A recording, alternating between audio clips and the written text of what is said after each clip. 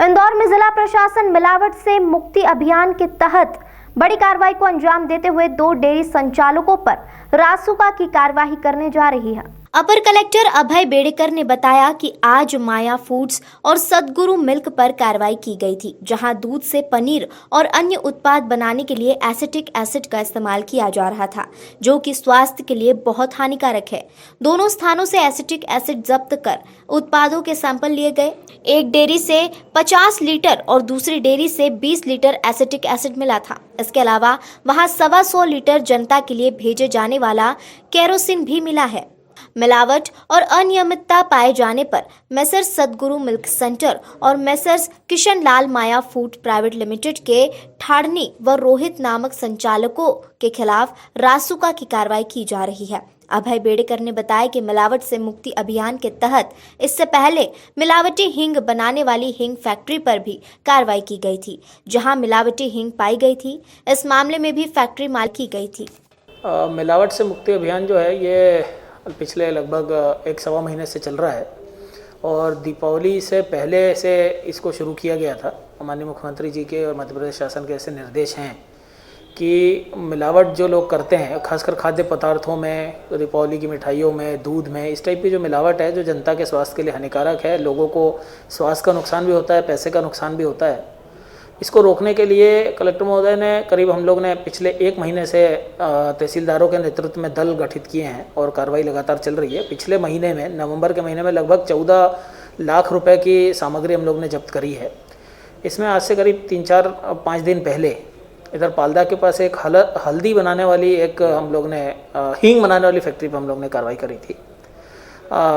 हींग में उन लोग ऐसा कर रहे थे कि जो हींग लगभग 3000 रुपये किलो बिकती है मार्केट में, उसमें वो अच्छी हींग लाकर उसमें लिक्विड ग्लूकोज, उसमें मैदा, उसमें एक ख़ास प्रकार का एक कैप्सिकम का एक एसिड और कलर वाला एक सॉल्ट टाइप का वो भी मिला रहे थे।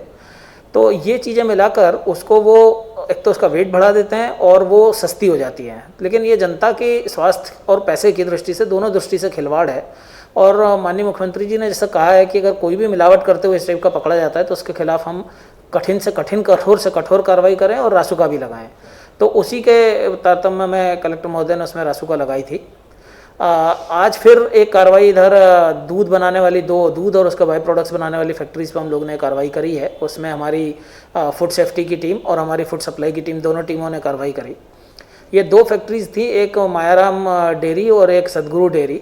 इन दोनों ही डेयरी में जो खतरनाक चीज़ पाई गई वो एसिटिक एसिड पाया गया।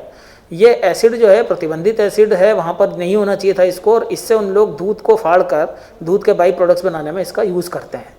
ये बेसिक हमारे जो फूड सेफ्टी के अधिकारियों से बात की तो उन्होंने मुझे ये बताया कि इन्हें एक रेंटन एंजाइम आता है, उससे दूध को फाड़ना चाहिए, परंतु पैसा और समय बचाने के लिए कि जिससे तेज़ी से दूध फट जाए, परंतु उससे जनता के स्वास्थ्य के साथ बहुत भारी खिलवाड़ हो सकता है।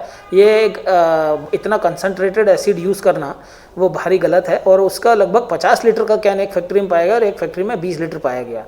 ये दोनों ही चीज़ें आपत्तिजनक हैं, इसलिए उन दोनों के खिलाफ कठोर कार्रवाई करी है हमने। सारे सैंपल भरे हैं और उसमें रासुका लगाने के निर्देश भी कलेक्टर महोदय ने दिए हैं, तो रासुका की कार्रवाई भी उसमें की जाएगी। मालिक कौन है इसका? एक के मालिक मिस्टर थड़ानी है और एक के मालिक मिस्टर पुरोहित हैं। सर, ये मानव जीवन के लिए किस तरह से खतरनाक है एसिटिक एसिड? एसिटिक एसिड, देखिए एसिड कोई भी हो, वो कंसनट्रेटेड एसिड तो खतरनाक होता ही है। इसको चूँकि खाने के पदार्थ में मिला रहे हैं और प्रतिबंधित है, तो उससे कई सारी बीमारियां हो सकती हैं, आदमी को पेट में जलन हो सकती है। एग्जैक्टली मैं उसका एक्सपर्ट नहीं हूं, लेकिन जैसा मुझे फूड सेफ्टी वाले अधिकारियों ने बताया कि ये स्वास्थ्य की दृष्टि से खतरनाक हो सकती है, इसलिए उनके खिलाफ कार्रवाई। प्लांट सील करने की भी कार्रवाई? प्लांट सील करने की कार्रवाई अभी नहीं करिए, पहले हमें हमारे सैंपल टच होकर वहाँ से चेक होकर आ जाएँ, उसके बाद हम उसमें विचार करेंगे। केरोसिन भी वहाँ पर मिला है जो कि गलत है, नहीं होना चाहिए था। उसमें भी हम एसेंशियल कमोडिटीज़ एक्ट, इसी एक्ट जो कहलाता है, उसमें धारा 3(7) की कार्रवाई उसमें होती है। वहाँ पर लगभग 125 लीटर नीला केरोसिन भी पाया गया है सदगुरु प्रोडक्ट्स वाली कंपनी में।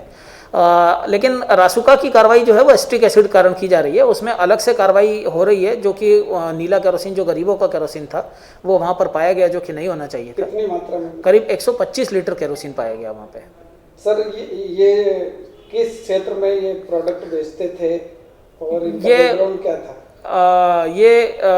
फैक्ट्री जो है बाणगंगा इलाके में जो पोलो ग्राउंड है उसके आसपास बनी हुई हैं दोनों फैक्ट्रियाँ, और वहीं के आसपास के क्षेत्र में और इंदौर का जो मावा बाज़ार और पनीर बाज़ार है वहाँ पे अपना माल बेचते थे। तो इस पर भी रोक लगाई जाएगी, सेल नहीं हो प्रोडक्ट जो मार्केट में आ चुका है? उसमें अभी कार्रवाई चल रही है, वो रिपोर्ट आने के बाद ही किसी नतीजे पे पहुँचा जाएगा।